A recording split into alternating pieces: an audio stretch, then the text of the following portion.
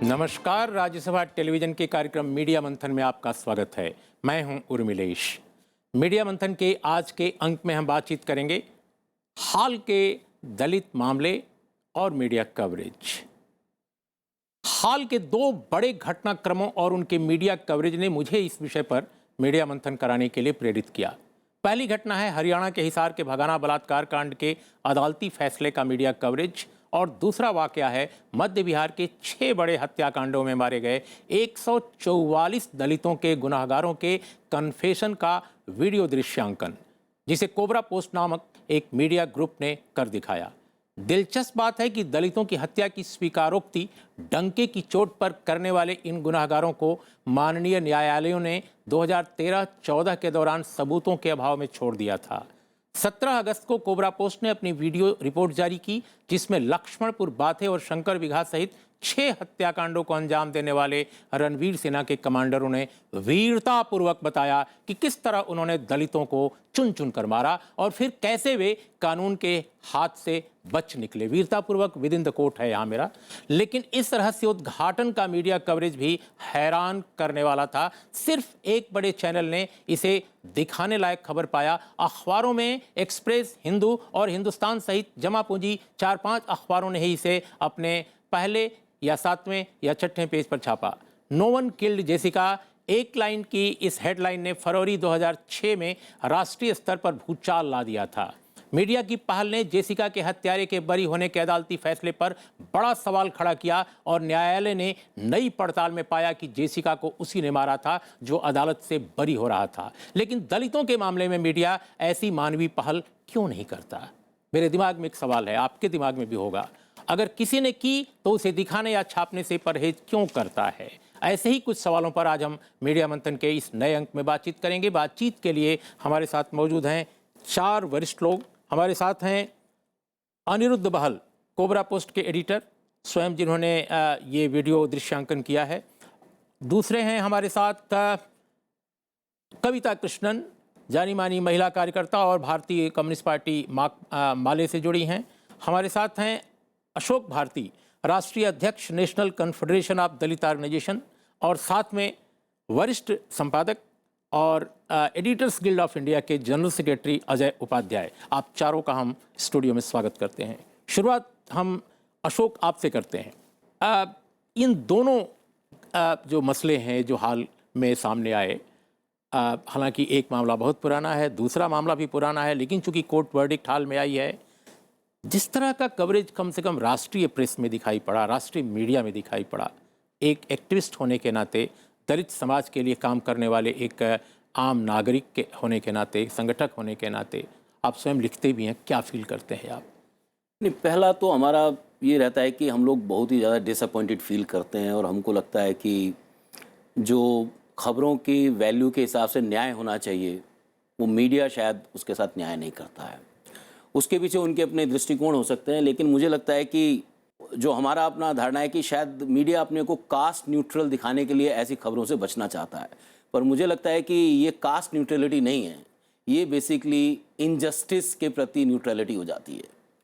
तो मुझे लगता है कि ये वाकई में मीडिया के जो एडिटर्स हैं, मीडिया के जो आइडियोलॉग्स हैं, उनको सोचना चाहिए कि देश का एक बड़ा तबका, जिसकी आबादी इस देश में, अगर हम शेड्यूल कास्ट की आबादी की बात करें तो 20 करोड़ से ज़्यादा उनकी आबादी है, शेड्यूल ट्राइब की बात करें तो उनकी आबादी 10 करोड़ से ज़्यादा है, तो दोनों की आबादी मिला के देश की 1/4 आबादी से ज़्यादा है। और 1/4 आबादी के प्रतिनिधियों पर, और ख़ासतौर पे जो आपने बिहार के अत्याचारों की बात की या भगाना की, बिहार के मामले में करीब करीब 150 लोगों के साथ उनका मर्डर हुआ था, और 150 लोगों के बाद मीडिया की सेंसिटिविटी ना जागे तो मीडिया को खुद को, अपने आप को देखना चाहिए कि क्या उसका मानवीय पक्ष कहाँ गया, क्या वो वाकई मानवीय है। अजय जी, आप लंबे समय तक संपादक रहे हैं, आज भी आप काम कर रहे हैं इस क्षेत्र में।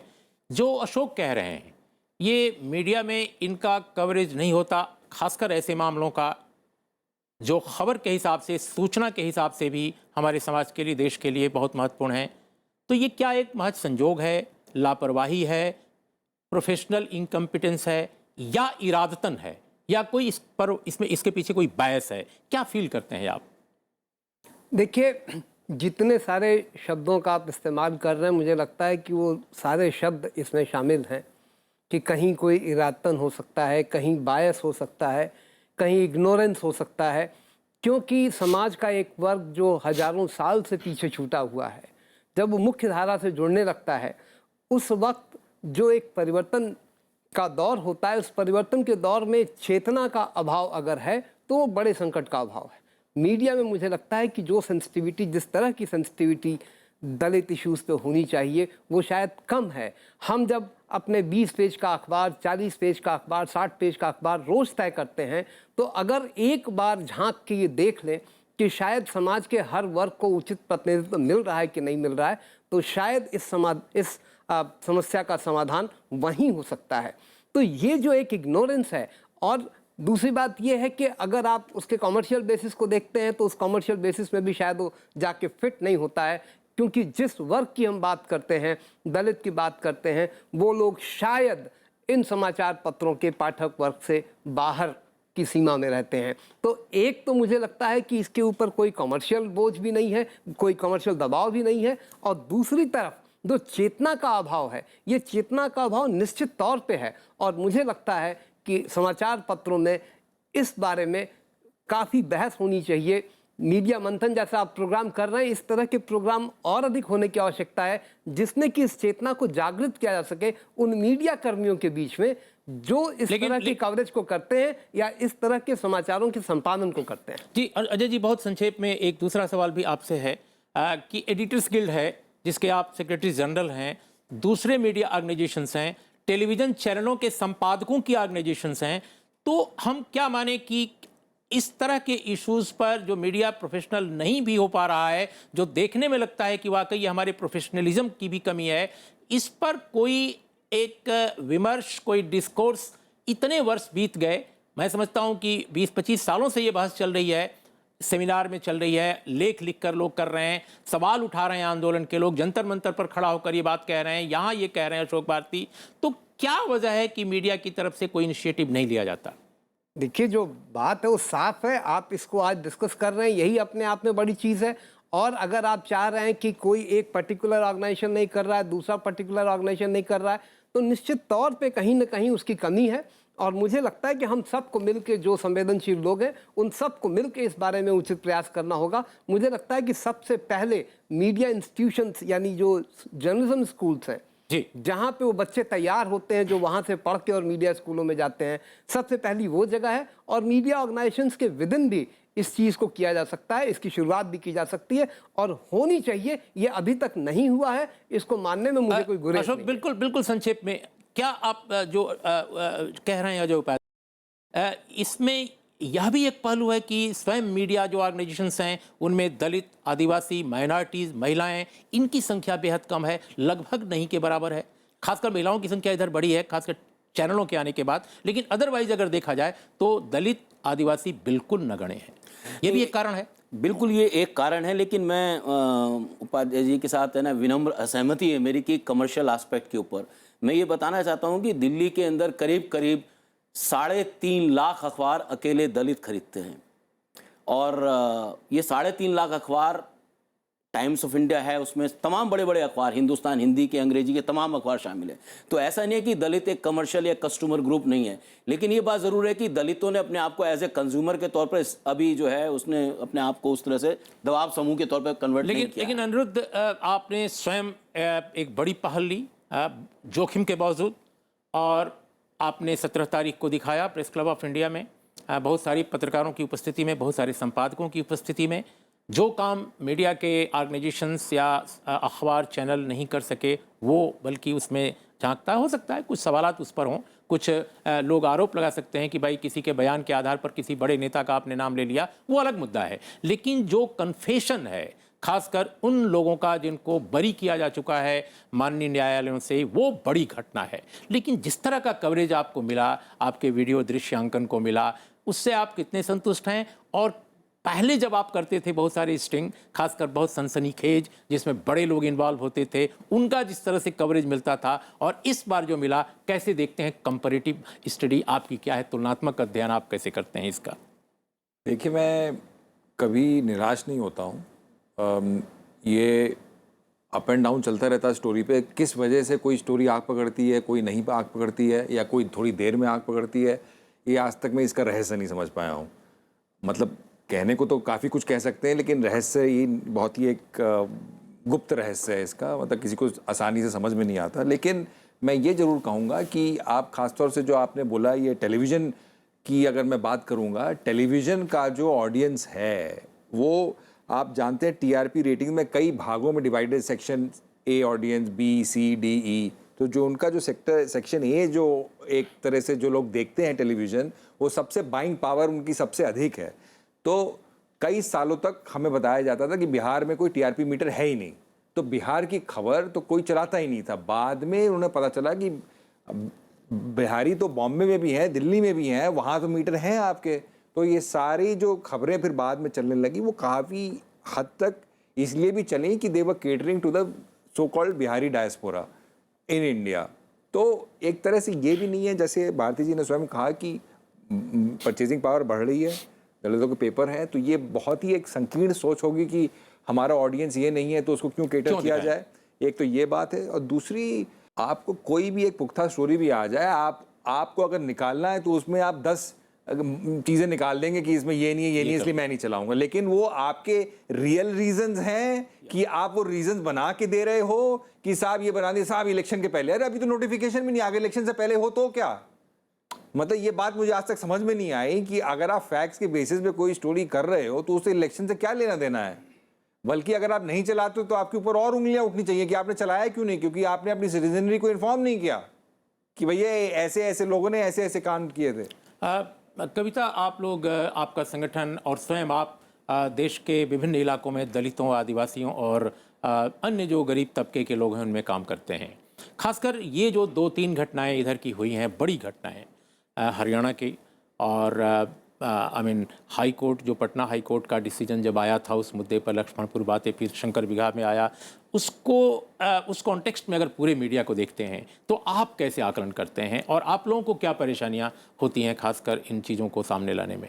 देखिए, मुझे 2 बातें लगती हैं। एक तो मुझे लगता है कि शायद ये बहुत बड़ा भ्रम है कि जो इंडिविजुअल जर्नलिस्ट्स हैं, जो जर्नलिज्म स्कूल से पढ़ के जाते हैं, वो तय करते हैं कि क्या न्यूज़ छपेगी क्या नहीं।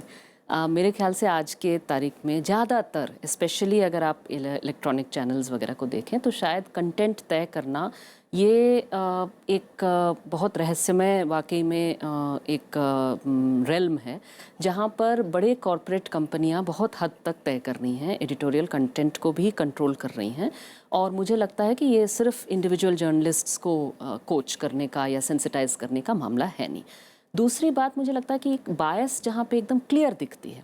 मैं कह रही हूँ जो स्टोरी कोबरा पोस्ट ने किया वो क्या है, एक लेवल पे अगर आपने बाकी सब एक तरफ रख दिया तो स्क्रीन पर आपको एक्सप्लोसिव कवरेज मिल रही है, जहाँ पर आतंकवादी बता रहे हैं कि हमने आतंकवाद किया और किन की मदद से किया, कहाँ से हमें पैसा मिला, कहाँ से हमें राजनीतिक संरक्षण मिला। ये तो बहुत ही किसी भी टीआरपी के हिसाब से कुछ भी, टेररिज्म इज़ बिग न्यूज़। आतंकवाद की कहानियाँ तो चैनल चलाना पसंद करते हैं, लेकिन ये ऐसा आतंकवाद है जिस पे वो नहीं चलाना चाहते हैं। तो ये बहुत कॉन्शियस डिसीजन है। आपको अपने से लड़ना पड़ेगा कि इसको हम नहीं चला रहे हैं, क्योंकि इतना एक तरह से चलाने लायक स्टोरी है, एक स्टोरी के लिहाज से भी। वहाँ आपको ये कंसिडरेशन होता है कि इसमें एक वर्ग की, जाति के, जो ऑप्रेस्ड वर्ग है, ऑप्रेस्ड जाति है, उसको हम न्यूज़ नहीं बनाना चाहते हैं। ये कहीं ना कहीं आप निर्णय ले रहे हैं कि हम नहीं बनाएंगे यहाँ। और ये सिर्फ मैं मानती हूँ कि ये दलित्स के केस में है, लेकिन अगर हम देखेंगे तो ये माइनॉरिटीज़ के केसेस में भी होते हैं। जो बड़े जनसंहार हैं वो कितना न्यूज़ बन पाती हैं, उनको कितना हम आतंकवाद कह पाते हैं। बहुत सारे जो इवन अगर आप रेप केसेस में देख लीजिए, तो जैसे भगाना का रेप केस है, रेप केसेस न्यूज़ हैं। रेप केसेस में लोगों को टीआरपी दिखती है, वो चलाते हैं रेप केस, लेकिन भगाना का रेप केस न्यूज़ नहीं है। बावजूद इसके कि रेप के खिलाफ लड़ने के लिए आपको गाँव से भगा दिया जा रहा है, और ये कैसे न्यूज़ नहीं हो सकती है। लेकिन किसी एक चैनल ने भी शायद इस पर रात के, मैंने जो मेन प्राइम टाइम बहस होती है, बहस नहीं कराया। हाल के दिनों में मैंने स्वयं मैं देख रहा था, जब अपने इस कार्यक्रम की तैयारी जब मैं कर रहा था, कि कुछ एक वर्षों के दौरान दिल्ली से बिल्कुल सटे हरियाणा में 32 केसेस ऐसे सामने आए, 32, जिसमें कि या तो दलितों की बस्तियां जलाई गई हैं, उनकी हत्याएं की गई हैं या बलात्कार किए गए हैं महिलाओं के साथ। सबके मामले में केसेस किए गए। ये अलग बात है कि कुछ केसेस बाद में हुए, कुछ पहले हुए, बहुत दबाव के बाद कुछ हुए, कुछ को जंतर मंतर आना पड़ा राज्य सरकार पर दबाव डालने के लिए। लेकिन हम ये समझना चाहते हैं एक्टिविस्ट के रूप में, आप चूंकि भाग लेती रही हैं ऐसे आंदोलनों में भी, कि जो मीडिया का एक दबाव बनता है एकदम, तो जाहिर है शासन पर भी उसका दबाव बिल्कुल बिल्कुल दिखता है। बिल्कुल। क्या कहीं न कहीं से जो मीडिया का ये कवरेज ना होना है, जबकि वो बिल्कुल पास है, वो नागालैंड नहीं जाना है, मिजोरम नहीं जाना है, बिल्कुल बगल में है। कई बार लोग कह देते हैं कि नागालैंड का कवरेज इसलिए नहीं हो पाया क्योंकि बहुत दूर है, लेकिन ये तो बिल्कुल पास है।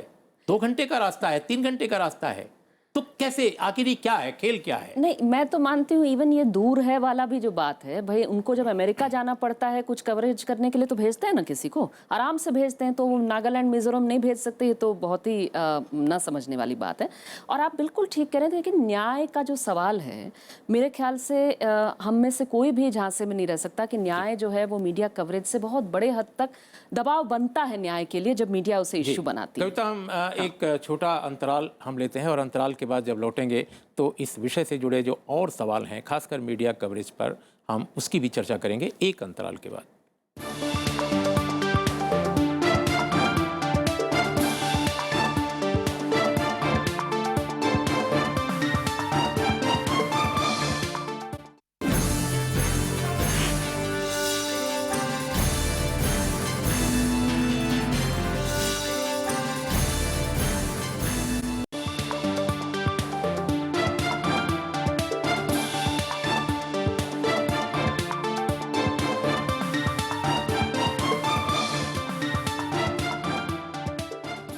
मीडिया मंथन के आज के अंक में हम चर्चा कर रहे हैं कि दलित आदिवासी जो मामले हैं, उत्पीड़ित समाज के लोगों पर जो अत्याचार के मामले हैं, वो हमारे राष्ट्रीय मीडिया में, हमारे मुख्य धारा मीडिया में क्यों नहीं उनका कवरेज ठीक से हो पाता, क्यों नहीं शासन पर, गवर्नेंस की अन्य एजेंसियों पर मीडिया की तरफ से दबाव बन पाता, उन्हें न्याय मिले। अशोक भारती, आखिर ऐसा अगर नहीं हो रहा है, जैसा कविता कह रही हैं, जैसा एक हद तक अजय जी ने भी माना है, तो आप लोग जो दलित समाज में काम कर रहे हैं, वहाँ से जो आपको फीडबैक मिलता है, वो लोग क्या सोचते हैं और क्या हल सुझाते हैं? क्या इसका हल है? आखिर कुछ तो हल निकलना चाहिए इसका। देखिए, हमारे समाज के अंदर जो चर्चा चलती है, मैं जस्ट एक एग्जांपल के तो बताना चाहता हूँ कि हम लोग बहुत क्लोजली जो टीवी पे चलता है, जो चैनल पे चलता है, जो अखबारों में चलता है, उसको बहुत क्लोजली मॉनिटर करते हैं। मैं आपको बता सकता हूँ कि जो है कि टीवी चैनल में बहुत सारे प्रोग्राम ऐसे, उसमें एंकर्स, जो एंकर की जाति होती है, पैनल में भी सारे के सारे लोग उस जाति के होते हैं। ऐसे बहुत सारे प्रोग्राम आपको, आप सर्च करके देखिए, आप मालूम कीजिए, आपको पता लग जाएगा। तो क्या ये जो बायस है ना, मैं नहीं लगता कि ये केवल बायस का इशू है, ये डिज़ाइन का इशू है। और मुझे लगता है क्योंकि हमारी सोसाइटी का डिज़ाइन जो है वो दलित और आदिवासी और महिलाओं के पक्ष में नहीं है। लेकिन वो हो सकता है, प्राइवेट चैनलों की बात जिनकी कर रहे हैं आप, हो सकता है वो कहें कि साहब डाइवर्सिटी हमारे यहाँ है, वो एक ही वर्ण या एक वर्ग के हो सकते हैं, लेकिन विचारों की भिन्नता है। और हमें वो बार बार कहते हैं, मीडिया के कुछ लोग ये भी कहते हैं कि उनको दलित आदिवासी मिले ही नहीं पत्रकार के रूप में नियुक्त करने को। क्या आप वाकई मानते हैं कि दलित आदिवासी पत्रकार बनना नहीं चाहता क्योंकि उसको लगता है कि पढ़ाई लिखाई के बाद अफसर बनकर ज़्यादा अच्छा काम कर सकता है समाज के लिए? ये क्या पत्रकारिता में फंसे, ऐसा है क्या? क्योंकि एक दलील दी जाती है मीडिया में कि दलित आदिवासी पत्रकार नहीं बनना चाहते। नहीं, मुझे लगता है कि ये एकदम बेबुनियाद बात है। और अगर वो दिल्ली की बाउंड्री को क्रॉस करके जाएंगे तो उनको सैकड़ों और हजारों लोग दलितों में से मिलेंगे, आदिवासियों से मिलेंगे, जो बहुत अच्छे पत्रकार के तौर पर काम कर रहे हैं, मैगजीनें भी निकाल रहे हैं, टीवी चैनल भी चला रहे हैं। तो मुझे नहीं लगता है कि ये कहना कि उनके अंदर हमको उपयुक्त तरीके के लोग नहीं मिलते, ये अपने मापदंड तय करने की बात है कि क्या हमारे प्रोग्राम इंक्लूसिव रहेंगे, क्या हमारे प्रोग्राम में हम डेलिबरेटली बाय डिजाइन दलित को लाएंगे क्या, या नहीं लाएंगे। अजय जी, ये एक आरोप जरूर रहा है, खासकर समाज के उत्पीड़ित तबकों का, या यूं कहा जाए कि बहुत सारे सबाल्टर्न जो विमर्श के थ्योरिटिशियन हैं, सिद्धांतकार हैं, चाहे वो जिन वर्गों, जिन समाजों से आए हों, वो भी कहते हैं कि भाई भारतीय जो मीडिया है, मेन स्ट्रीम मीडिया, उसके न्यूज़ रूम में विविधता न होने के कारण बहुत सारा जो कवरेज है वो संतुलित नहीं होता, कई बार बहुत ज़्यादा असंतुलन होता है। जबकि हम देखते हैं कि जो यूरोप के जो पूंजीवादी देशों का मीडिया है, वहाँ भी कम से कम न्यूज़ रूम में विविधता जो है उसको इंश्योर किया गया है। कई जगह तो एफर्मेटिव एक्शन तक इंट्रोड्यूस किए गए, खासकर अमेरिका में एक दौर में। तो क्या भारतीय न्यूज़ रूम, भारतीय जो मीडिया के न्यूज़ रूम हैं, उनमें विविधता का न होना, जो अशोक इस तरफ इशारा कर रहे हैं, वह भी एक नियोजित है? देखिए, अशोक जी जो इशारा कर रहे हैं वो ये कह रहे हैं कि लोग अवेलेबल हैं और उनको मीडिया ऑर्गेनाइजेशंस में जगह नहीं मिल रही, या मीडिया ऑर्गेनाइजेशंस वहाँ जाके उनके बीच जाके उनको चुन के नहीं ला रहे हैं। जो अशोक जी की बात जो हमको समझ में आती है, हम लोगों ने पहले भी काम किया है, आप हमारे साथ पहले सहयोगी भी रहे हैं, और कई ऑर्गेनाइजेशंस में मैंने बराबर कोशिश की है कि समाज के हर वर्ग के लोग हमारे एडिटोरियल में आ जाएं। सर, आपसे निजी आपके मामले में हम नहीं पूछ रहे हैं, हमारा कहना है कि मेनस्ट्रीम मीडिया की क्या स्थिति है? देखिए, अफर्मेटिव एक्शन की बात कि कोई कोटा बना के कोई काम हो रहा है, ऐसा नहीं है। कांसीराम कहा करते थे कि ये मनुवादी पत्रकारिता होती है, जो पत्रकारिता है उसको साफ साफ वो डिमार्केट किया करते थे। तो हमें मानना होगा कि इस तरह के बहुत से इनबिल्ट बायस, जिसको डिज़ाइन कह रहे हैं अशोक जी, अब हम उसको डिज़ाइन का नाम दें या कुछ और नाम दें मैं नहीं कह सकता हूँ, लेकिन जो इनबिल्ट बायस है वो इनबिल्ट बायस उसके कवरेज में रिफ्लेक्ट होता है और उसको करेक्ट करने की ज़रूरत है। कविता, क्या जिस तरह का कवरेज आपको कोबरा पोस्ट के इस वीडियो दृश्यांकन में मिला, जो लगभग 1.5 घंटे का है, अगर हम 2013 के उस वर्डिक्ट को देखें, उसको आए हुए 2 साल के आसपास हो रहे हैं, लेकिन हमने बिहार के मीडिया में, क्योंकि ये घटना बिहार की है और सदर मुकाम पटना है इस पूरे घटनाक्रम का, क्योंकि केस वहाँ चल रही थी, और जहाँ ये घटना घटी थी वो भी पटना शहर से, पटना मुख्यालय से बहुत दूर नहीं है, 2.5 घंटे में आप वहाँ पहुँचा जा सकता है। तो ये सारे प्रकरण पर जिस तरह का कवरेज वहाँ के मीडिया में दिखाई पड़ा, जो एक उदासीनता या एक प्रोएक्टिव न होना, फॉलो न करना इस स्टोरी को, जिस तरह का फॉलो कोबरा पोस्ट ने किया, और भले ही समय लगाया लेकिन वो पूरे सबूतों के साथ सामने आए, क्या ये काम मेनस्ट्रीम मीडिया नहीं कर सकता था? नहीं, बिहार के मीडिया में भी मैं कहूँगी कि ये माने उस हद तक नहीं हुआ है जिस हद तक होना चाहिए। इसलिए सिर्फ बिहार के media versus main stream national media की बात नहीं है। बिहार की मीडिया की भी अभी कोबरा पोस्टिंग के बाद आप देखेंगे कि बिहार की मीडिया को इसे उठाना चाहिए था, लेकिन वहाँ पर भी जो सामाजिक और राजनीतिक बायस है, इसके चलते वो कैलकुलेशन देख रहे हैं। वो कह रहे हैं कि नीतीश जी के खिलाफ हम नहीं चलाना चाहते, भाजपा के खिलाफ नहीं चलाना चाहते। कुल मिलाकर के ये स्टोरी नो पर्सन स्टोरी हो जा रही, क्योंकि वो राजनीतिक, वो जहाँ खेमेबंदी है उसमें वो समझ रहे हैं कि हम ये इनकन्वीनियंट स्टोरी है, नहीं चला रहे हैं। इसलिए ये एक बिल्कुल सोचने वाली बात है। लेकिन मुझे एक बात लग रही थी उस संदर्भ में जो आप पूछ रहे थे इसमें, कि देखिए, एक बात तो है कि विविधता की बात ज़रूरी है और आपको ऐसे लोग चाहिए और होना चाहिए, विविधता का ना होना बड़ा इश्यू है। लेकिन मुझे लगता है कि राजनीति में तो आपकी विविधता है, राजनीति में कुछ हद तक है। बावजूद इसके क्या ये राजनीति की क्राइसिस नहीं लगती है, खास करके दलित राजनीति की भी एक संकट, जहाँ पर आपके जो उस स्तर पे जो पहुँच गए हैं राजनेता, जो इस तबके का कहते हैं कि हम रिप्रेजेंट करते हैं, उनकी चुप्पी का क्या? मीडिया जो है वो नहीं कर रही एक बात है, लेकिन मीडिया भी तो कम से कम शायद कवर करने के लिए मजबूर होती अगर जो उस स्तर के नेतृत्व में लोग हैं, राजनीतिक नेतृत्व में, वो इस पर बोलते। मुझे लगता है कि ये तो बिल्कुल साफ है उस स्टिंग से भी। अब मैंने हमारी पार्टी जो थी भाकपा माले, वो इसमें संघर्ष, मैं तो उसको स्टिंग भी नहीं कहता, मैं इसीलिए वीडियो दृश्यांकन बार-बार कह रहा हूं। दृश्यांकन ही है वो, सही बात है। तो मुझे लगता है कि वो तो जो इस सवाल पर लड़ रहे हैं, जिस समय से वो जनसंहार हुए तब से, वो तो इसको उठा रहे हैं। लेकिन भगाना पर भी और दलित जनसंहारों पर क्यों चुप हैं? मेरे ख्याल से दलित राजनीति का अनिरुद्ध, जो मीडिया का क्वेश्चन है, हम उसको आपसे समझना चाहते हैं। इस पूरे प्रसंग में जो एक मेन स्ट्रीम मीडिया में जिस तरह दलित इश्यूज़ को, जिस तरह आदिवासियों के इश्यूज़ को, अगर उनका कवरेज देखें तो एक CSDS ने एक बार एक सर्वे कराया था और पाया कि अंग्रेजी के जो अखबार है हिंदू, सर्वाधिक कवरेज उसने किया ग्रामीण क्षेत्रों का। अगर मैं दलित आदिवासी छोड़ दूं, सिर्फ ग्रामीण क्षेत्रों का, तो वो भी 3% के आसपास था। और शेष जो मीडिया है उसमें तो यह भी नहीं है। और उसमें अगर दलित आदिवासी मुद्दे आप खोजें उस 3% में, तो आप मेन स्ट्रीम मीडिया में कितना पाएंगे? तो ये जो स्थिति है, कैसे इसको आप देखते हैं और इसको कैसे एड्रेस किया जाना चाहिए? एक सीनियर एडिटर के रूप में आप क्या फील करते हैं? क्या ये मीडिया के लिए एक बड़ा यक्ष प्रश्न नहीं है भारत में कि इतना बड़ा समाज जिसकी चर्चा कर रहे हैं, 1/3 आबादी, उसकी खबरें गायब बिल्कुल हैं? वो तभी केवल खबर आती है जब डाइन बनाकर डाइन कहकर किसी को मार डाला जाता है, किसी को नंगा सड़क पर घुमाया जाता है, मार डाला जाता है, बच्चों को संगीनों से उनको वो भोंक दिया जाता है, उनके पेट से निकाला जाता है। ये तभी केवल कभी कभी कोई खबर आती है, वो भी सिंगल कॉलम। देखिए, अब ये बहुत बड़ी बात है कि नहीं कि इसकी पहली चर्चा पैनल डिस्कशन के रूप में एक गवर्नमेंट चैनल में हो रही है। इससे आपको क्या पता संसदीय लगता है? चैनल, संसद का, जी। हाँ, संसद का एक मेरे ख्याल से एक तरह से सिस्टम का चैनल है ये। लेकिन अगर आप थोड़ा इससे पीछे हटेंगे तो इसके कई, देखिए, डाइवर्सिटी ऑफ मीडिया के कई मायने हैं। एक तो ये हम एक बहुत ही वी आर गेटिंग एक तरह से पुश हो रहे हैं उस डायरेक्शन में कि सारा मीडिया हमारा कमर्शियल होता जा रहा है, और वो भी मोनोपोली एक्ट के बाहर। मतलब एक एक ग्रुप कंट्रोल कर रहे हैं, कई कई टेलीविजन चैनल, कई रेडियो चैनल, पेपर भी चला रहे हैं, क्रॉस मीडिया होल्डिंग का कोई हमारे पास ना रखा नहीं। मैं तो ये बहुत ही, मैं खुद ही मेन स्ट्रीम मीडिया पे 2000 से हट गया हूँ, क्योंकि मुझे मेन स्ट्रीम मीडिया की जो एक तरह से एक डीएनए है उससे काफ़ी विचारधारा मेरी अलग है, और मैं छोटा काम करता हूँ लेकिन अपना अलग से मन से करता हूँ। और बहुत ही ज़रूरत है इस समय देश में एक एनपीआर जैसे नेशनल पब्लिक रेडियो, या फिर जो एक कॉमर्शियली जिसके ऊपर प्रेशर ना हो कॉमर्स का, कि तो आप क्या आपको ये कहना एड्स चाहते हैं कि मुख्य नॉन प्रॉफिट मीडिया की बहुत जरूरत है इस देश में, चाहे छोटी मात्रा में आए। अगर वो लोग फिर एक पहल छोड़ेंगे तो मेन स्ट्रीम मीडिया को बहुत एक शर्मिंदा हो जाएगी। लेकिन अभी कोई है ही नहीं, ये छोटे छोटे हम लोग क्या कर पाएंगे, हम लोग चलाते रही। अगर आप देखिए, मैं अपने कोबरा पोस्ट की स्टोरी से बहुत संतुष्ट हूँ, क्योंकि जो कवरेज मिला वो भी आमतौर पर दलित इशू को नहीं मिलता है।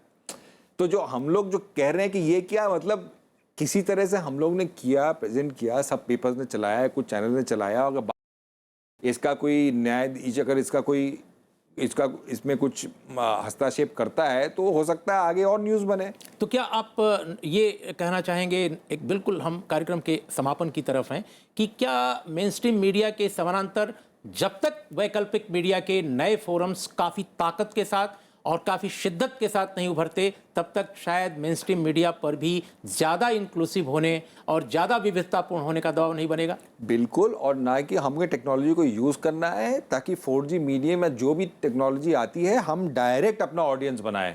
मतलब छोटे छोटे ग्रुप का भी आप समझ सकते हैं कि उनका भी ऑडियंस मिलियंस में हो सकता है, चंद सेकंडों की बात होती है। तो ये ही रूप लेके आगे होना पड़ेगा, और ये सारे जो मेन स्ट्रीम मीडिया 5 साल बाद देखेंगे कहीं नहीं रहेंगे। अजय जी, आपकी क्या राय इस बारे में है जो अभी अनिरुद्ध कह रहे हैं, क्योंकि बहुत महत्वपूर्ण बात कह रहे हैं वो? नहीं, अनिरुद्ध जो बात कर रहे हैं बिल्कुल सही है कि मेन स्ट्रीम मीडिया के ऊपर दबाव कहाँ कहाँ से बन सकता है। निश का जो एरिया है, जो छोटे लेकिन इफेक्टिव और अल्टरनेट मीडिया का जो स्कोप है, वो बहुत बड़ा स्कोप है, और टेक्नोलॉजी के साथ वो स्कोप बिल्कुल स्टैब्लिश हो जाएगा ठीक से। मुझे लगता है कि 3-4 साल में मेन स्ट्रीम मीडिया का क्या होगा ये तो मैं नहीं कह सकता हूँ, लेकिन अल्टरनेट मीडिया खूब ठीक ढंग से पनपेगी, इसके बारे में कोई संदेह नहीं। दलित मीडिया वॉच जैसी बहुत सारी मैं देख रहा हूँ नए नए फोरम्स, नए नए वेबसाइट्स इमर्ज कर रही हैं, और आप लोगों में से ज़्यादातर ने आज के इस डिस्कशन में, बहुत संक्षिप्त डिस्कशन में जो बातें कही हैं, लगभग उसी तरह के विचार विश्वविख्यात अर्थशास्त्री अमर्त्य सेन और जयंत रे ने अपनी किताब N uncertain glory, India and it's contradictions के 9वें अध्याय democracy, inequality and public reasoning में व्यक्त किए हैं। उन्होंने जो लिखा है उसका लबोलुबाब है कि इन दिनों भारतीय मीडिया का झुकाव धनवानों की तरफ है, वह गरीबों के प्रति उपेक्षा रखता है, उसके वर्गीय और जातीय पूर्वाग्रह भी साफ झलकते हैं, उसमें भारतीय समाज के वंचित तबकों की हिस्सेदारी नहीं है या बिल्कुल नगण्य है, वह ग्रामीण भारत की भी सुध नहीं लेता। सवाल यह है कि यह ऐसा क्यों है और यह कैसे बदलेगा? सेन और द्रेज ने इसका जवाब भी दिया है। इस तरह की चीजें मीडिया स्वामित्व की संरचना के कारण हो रही हैं, ये उनके शब्द हैं।